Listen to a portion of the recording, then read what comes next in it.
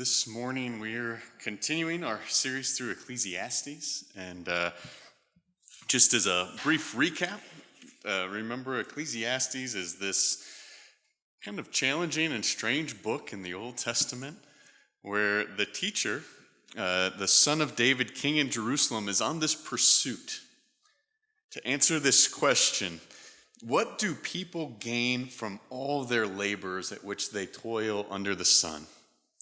Where can we find meaning in life? And the teacher goes on all of these pursuits of the avenues that we tend to look for meaning and significance in life. And so far, he's striking out.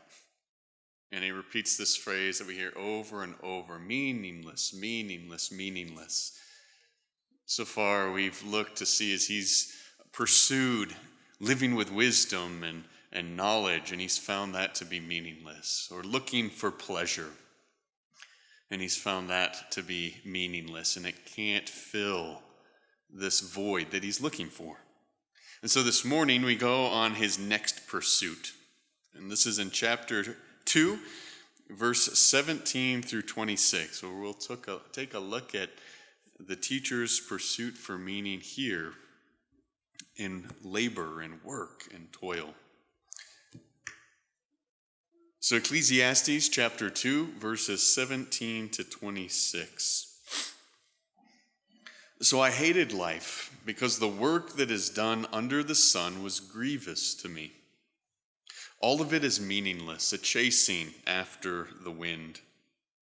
I hated all the things I had toiled for under the sun, because I must leave them to the one who comes after me. And who knows whether that person will be wise or foolish?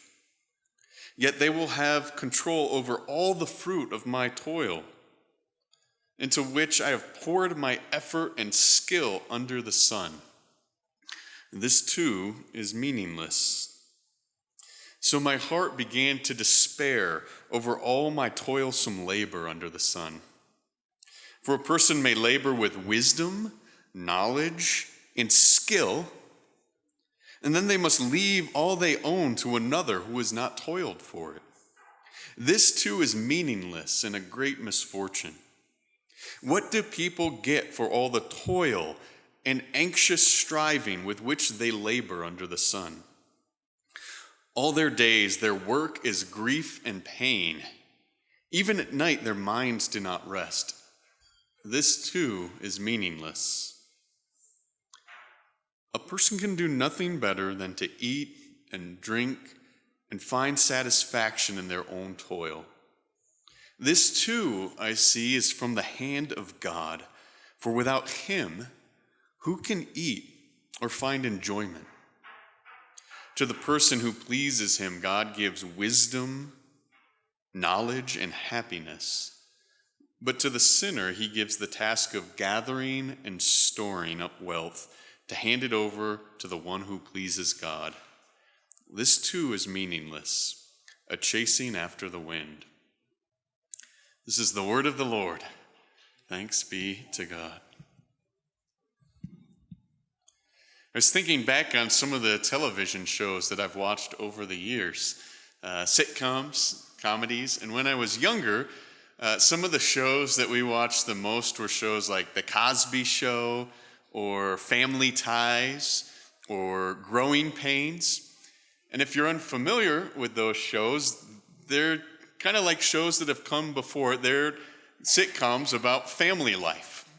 They take place in the homes and kind of look through the interactions of the parents and the kids and some of their friends who come into the home, and they portray just, funny situations and give little life lessons and all that sort of thing. But the focus of the show is on the families. That's where life happened. That's kind of where identity was formed and shaped. And that's pretty similar to most of the shows before. You rarely saw them outside of their homes, in their towns, or at their places of work or other situations. Now, as I got a little older, sitcoms changed a little bit. And there were shows like Seinfeld or Friends. And it was still about relationships, Still about kind of figuring out who you are, but now the context changed a little bit. It wasn't so much relationships between families, but it was friends. Seinfeld was a group of 4 friends. And they'd come to Jerry's apartment and go about their days and talk about nothing. He said it was a show about nothing. And then Friends, of course, is about friends. There's 6 mid-20s, early 30s friends living in New York City and trying to figure out life and relationships. And so there had been a shift now from families to now a group of friends. And I started thinking about the shows that I watch now. And some of the comedies, and there's shows like The Office, Parks and Recreation is another show, a show called 30 Rock. And what's unique now about all of these shows is they don't take place in a home with family. They don't take place in apartments with friends, but they take place in, does anyone want to guess where The Office takes place? In an office, in a paper company where the employees interact together, and and you hardly ever see them in their homes or with their families. Parks and Recreation takes place in the government building. It's the Department of Parks and Recreation works. 30 Rock is in the NBC studios. They're all shows that take place in the workplace. Because that's what we relate to. We spend most of our time working. We form many of our relationships in workplaces. And maybe more than we intend or realize, we find our identity and our purpose, our meaning, our significance in the work we do, in the things that we produce. At least that's the promise. The teacher in Ecclesiastes goes down this road. If meaning's not found in knowledge and insight and trying to learn everything and figure out how to fix our problems through wisdom, if wisdom's not found in just pursuing pleasure and what my eyes see and my heart desires, then maybe meaning in life can be found in our work, in what we do and achieve and produce. And so he pursues this. And he finds, of course, that there are some temporary rewards to this. Just previous, in verses 12 through 16, he mentions that, wisdom's better than folly. It's better to be able to see where you're going than it is to walk in the darkness. He goes on in the passage we read to talk about the fruit that he produced. There are good things that his work produced. He produced some fruit, some reward. He worked with wisdom, knowledge, and skill, and he achieved much. He produced a lot. He worked well. There were good things that came from what he devoted his time and energy to. But there's a big problem. Eventually, you die. He says wisdom is better than folly, being wise better than being a fool, but here's the thing, they both die, and then what? And then he says you work and you produce all these things, but then you die, and then what? He says not only is there a problem with this intellectual reality that death is coming to put an end to this, but what happens after you go? You work, and then you hand over your business to your lazy son, and he tanks the thing. Or you give it to your rival enemy, and they reap the rewards. And then he says, everyone forgets you. So there's this problem, and 5 times in this passage, he says that phrase that we've heard over and over. It's meaningless, a chasing after the wind. And in fact, the reality of this looming death and the fact that everyone forgets you and all that you worked for just eventually ends and falls apart, it causes him to despair of life, so that he starts this whole passage saying, I hated life.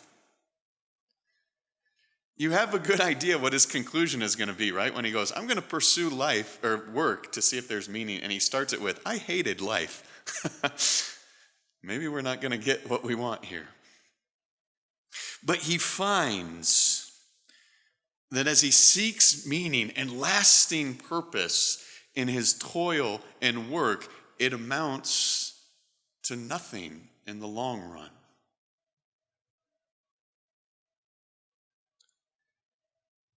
This doesn't sound like a very reformed view of work, does it? We hear about work as given in creation. God creates the world, and then he calls Adam and Eve to garden and work the soil and produce. And we have this creational mandate, and we see that work is good. And we know that work can be a calling given by God. And that work isn't just meaningful when it's quote unquote ministry, but ministry and mission happens in all areas of life. Right? It happens in the home. It happens at schools. It happens on construction sites. It happens in laboratories. I love In Our World Belongs to God, one of our contemporary witnesses of faith. It says that our work is a calling from God. We work for more than wages, and we manage for more than profit, so that mutual respect and the just use of goods and skills may shape the workplace. And while we earn or profit, we love our neighbors by providing useful products and services. In our global economy, we advocate meaningful work and fair wages for all. And out of the Lord's generosity to us, we give freely and gladly of our money and time. Now that's the ideal, right? But the teacher exposes an avenue that work can tend towards. That work can become not a means of serving God, receiving his good gifts and passing it on, but rather work, whether it's in a profession or what we try to produce in our everyday lives, our work can become a barometer of our worth and our identity and our meaning. In other words, it can become a religion of itself. That we're working for a righteousness of some sorts. Maybe not through good works, but through work in general. Consider the way that we talk about work or interact with one another just in our normal culture. There are lots of values that we have. When you meet someone, what's one of the first things you do? You say, hey, my name is such and such, and what's your name? Oh, what do you do, right? Don't we typically ask that question right away?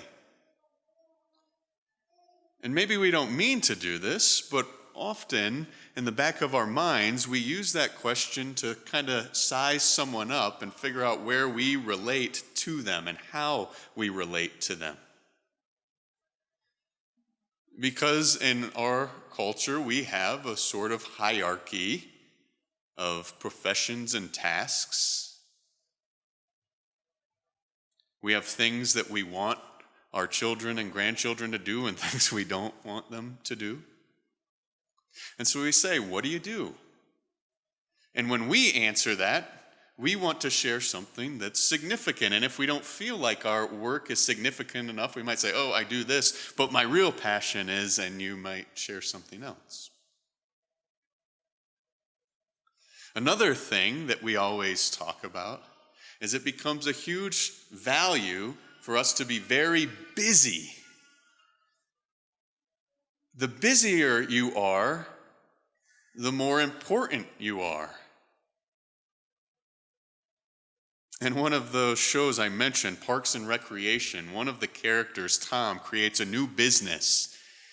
And in the first 2 weeks, everyone who requests the services of this business, he says he can't because all his appointments are booked. Well, it ends up his business fails, and one of his coworkers says, "But I thought you were booked up so fast." He goes, "No, we didn't have anybody. I just told everyone that so they'd think we were so busy so they'd want our business." But we say all the time, "I'm so busy, I'm doing this," because that communicates that we're important, that people desire our time and our efforts. And even, have you ever talked to parents of young kids about their kids' schedules? Kids' schedules are crazy now because business, what we do, what we produce, defines us. I am what I do. I am what I make. Because our work, it's not just about what we do, but how successful we are. You can't just have a good job. You have to be really good at it. Consider some of these guys that get drafted in the NBA or the NFL. NBA player gets drafted number 1. They're the best of this class of players in the world at what they do. But then in their career, they end up not making any all-star games, not winning any championships. And what do we say? That guy was a bust. And we apply that in many ways to all the things we do. What we do, what we make, what we produce is so important because a job isn't a job. It's an identity. And when we call someone a failure, or when someone thinks of themselves as a failure, don't we always assume or know that they're talking about their profession? Rarely does someone think of themselves as a failure when it has to come to their family life or their morality, but usually it's when my business tanked. I never got the promotion. I'm doing nothing now. And so that leads to what the teacher talks about, this anxious striving. What do we get for working so hard, for anxiously striving, or what the Hebrew literally says is searching and longing with our hearts? What do we get for all this? He says it's grief and pain. All night I'm up and cannot sleep. You see, we worry. We worry that what we do will be meaningless. We worry that what we do will have no purpose, that it will result in no legacy. And what will that say about us? Will it communicate that we didn't work enough? Or that we didn't work hard enough? Or that maybe we didn't work with enough wisdom and skill? We just weren't good enough? But then all that striving, all of that toil and anxiety, you have to ask, what do you miss when you're so busy, so occupied with what you do and you produce? What do you miss? You kind of scarf down lunch, right, in 10 minutes because you got to get back to whatever you're doing. You don't look people in the eye maybe because you're on the go to the next thing. You're not present because you're thinking about the to-do list and what's next and what has to be accomplished. Now, there is a caveat that we have to have here. Remember, if he's to be believed, and I think he is, the teacher is rich and successful and has everything. That's quite a luxury to think about work when you've got it all, right? It's quite a luxury to be able to say, work's meaningless. Toil is just striving under the sun, when you have the option of then retiring to the palace and having people serve you. And so we have to recognize that there is a difference, isn't there, between the anxiety that comes because you worry about whether you can pay your rent, whether you can put food on the table, whether you can survive. Right? There is some necessity to that anxiety of providing, of surviving. And we also can reflect on the fact that there is a lot of anxiety that comes in unemployment. One of the big challenges with this pandemic is the loss of jobs and the fear that comes with that, and the struggle and the doubt and the depression. But I wonder, too, if in some ways that might prove the point a bit of what the teacher's saying.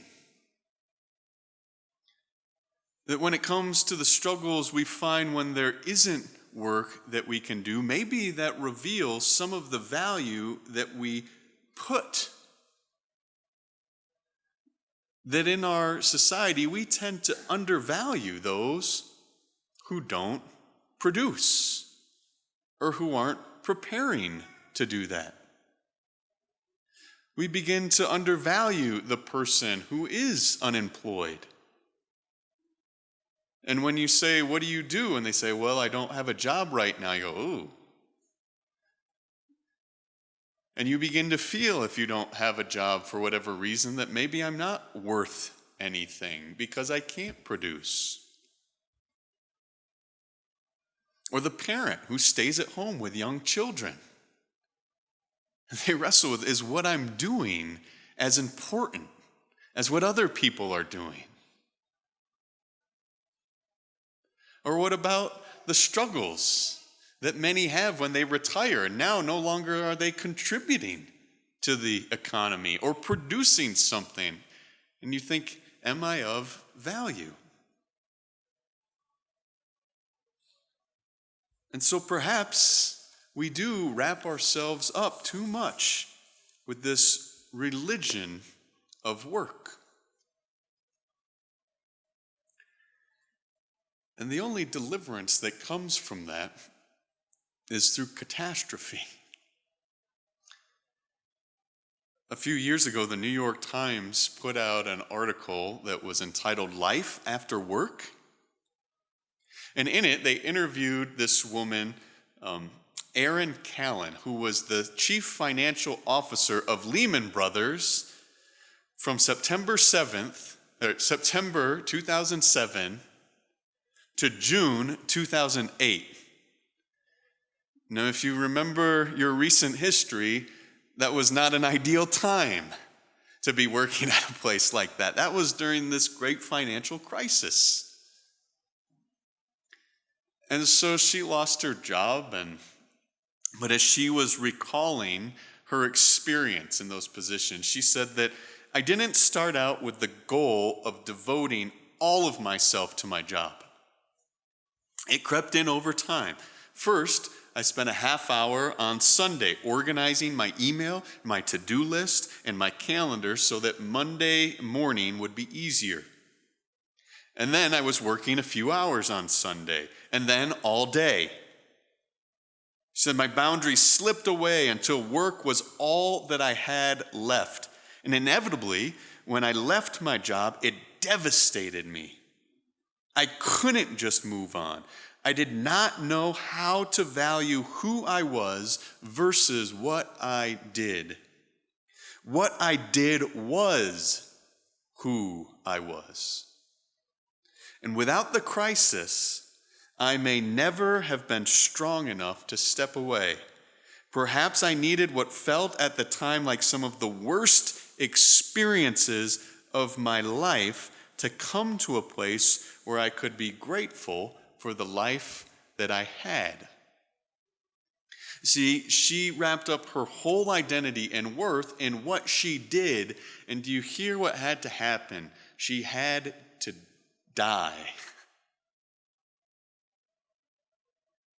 The teacher has to come to grips with death to realize where life truly comes from.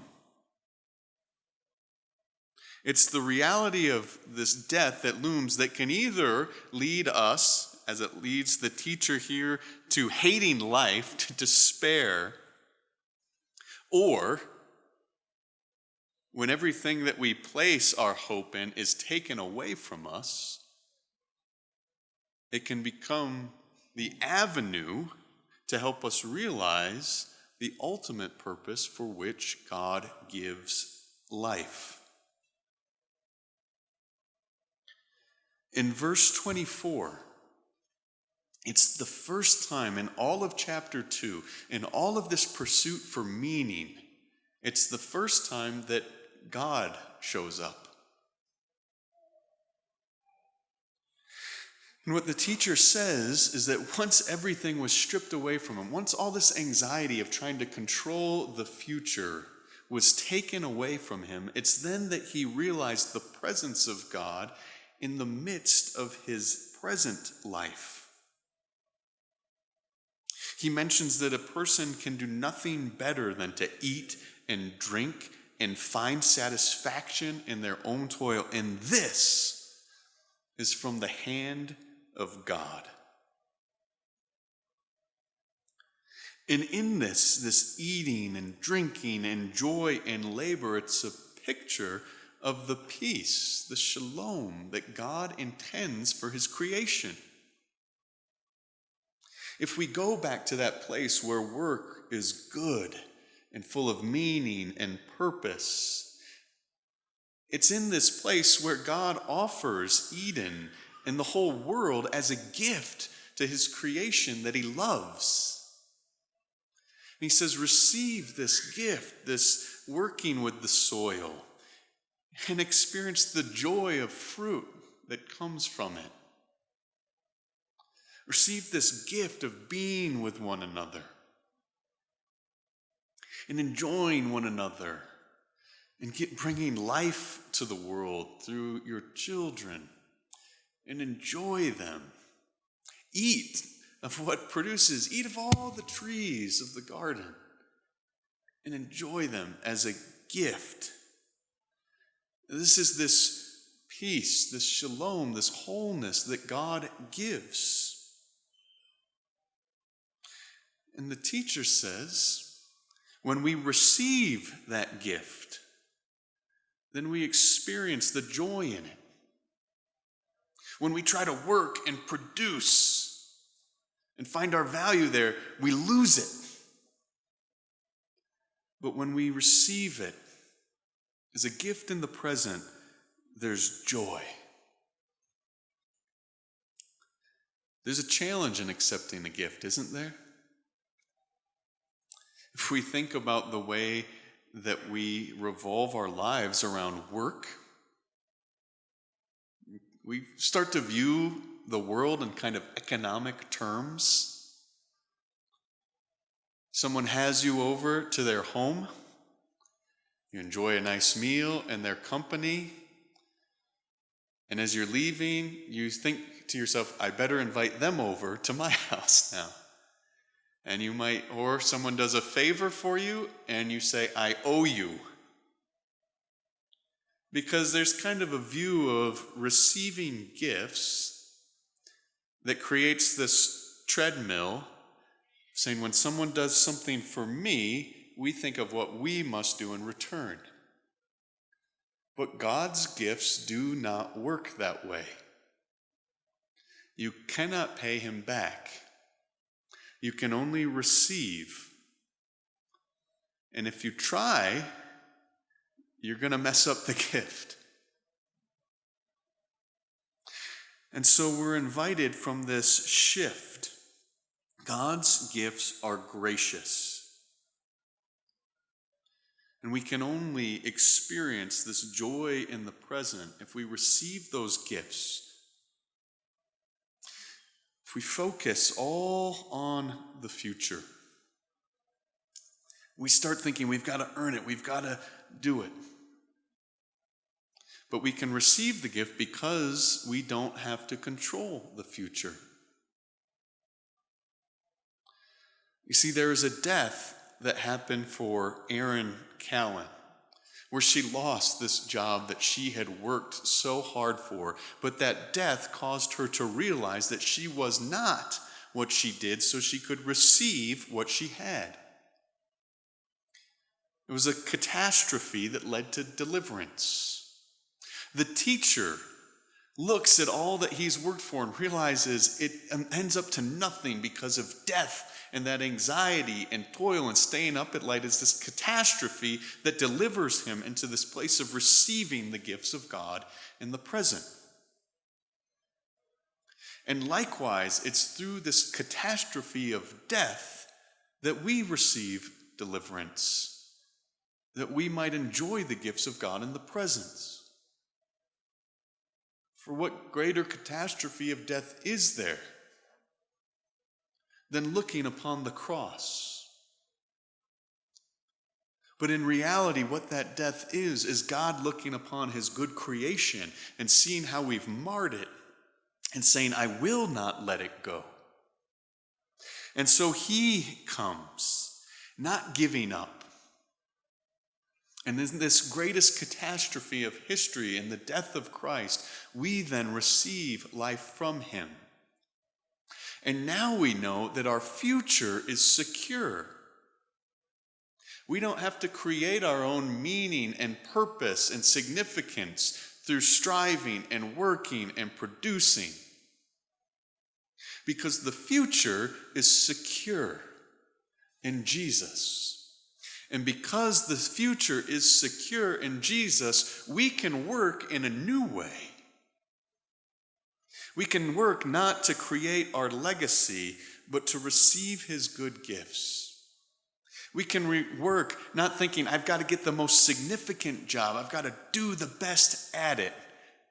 Because as one author says, because of the kingdom, nothing matters but the kingdom, but because of the kingdom, now everything matters. And so now, we shift how we work, and all of these things, like our world belongs to God said, all of these things are offered as gifts of service to God. See, the gospel of Jesus Christ is opposed to this religion of work, and it shifts how we conceive ourselves. We've got a different boss. And now, it's not about our merit or our output, but it's about his grace. And now, we're not valued because of what we accomplish, but because of our presence, because of who God has made us. And now we're not valued by how we stack up against the other employees. But God's generosity is so rich, so big, that it pours out upon us. And so it transforms our whole motivation. Not from what I can produce, but from what I receive from his hands. We can work and work and work to try to create our own identity and our own meaning and our own purpose. But that leads to some long, sleepless nights as our minds do not rest, as we strive to gather up and store all that we can, only to realize that it's all gonna go away. Or we can receive the gift of God, that in the present he gives us good things, and in response to his grace, offer all that we have as an offering to him. To work not to show what we are, but to show who he is. And to know that it has purpose and significance and meaning, not because we're so good at achieving and working, but because Christ has secured this future, and all that we offer to him has eternal significance in the kingdom. Let's pray.